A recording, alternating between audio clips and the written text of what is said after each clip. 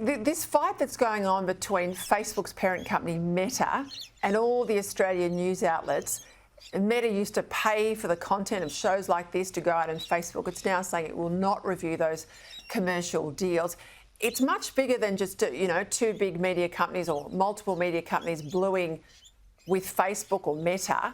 This is about the public having access to credible journalism and basically good, solid news sites being deplatformed. When this was an issue during The Voice, what we got to see, what we got to hear. How concerned are you? You've been in the media for years. What do you make of it all?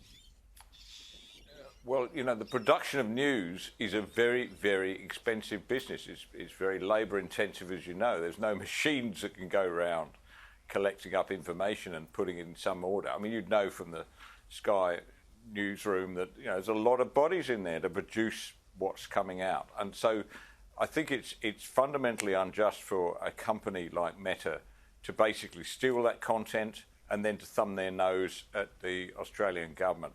Meta made $180 billion in revenue last year, and that's far larger than any of the media companies here make. And the consequence, of course, is if they're allowed to get away with this, is that it just diminishes journalism still further and just takes away, because they're attracting advertising, of course. They have a great ability to attract advertising, but they're attracting it with content that they've taken. So I hope the government does seem to be tough. It really has to stand up to this. I mean, the Morrison government was a world leader in this, but we have to back that up with some really tough measures now.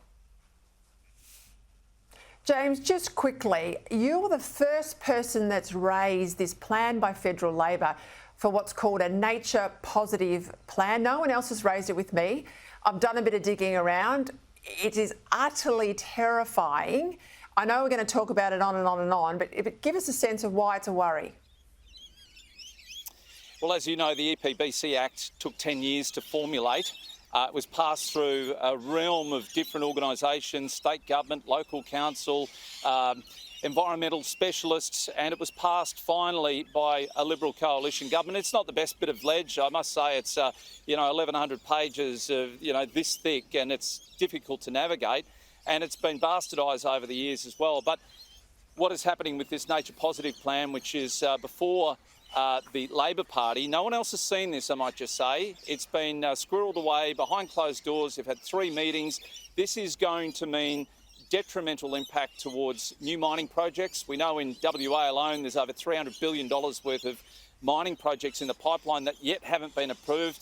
We're missing out on $60 billion a year in what should be going to mining. Okay, I'm going to wrap it there. Mining, environmental, it's all disastrous. I've got it. It's a disaster. We'll keep talking about it, but thanks. I wanted to give you credit for raising it. Got to leave it there, gents. Thanks for your time.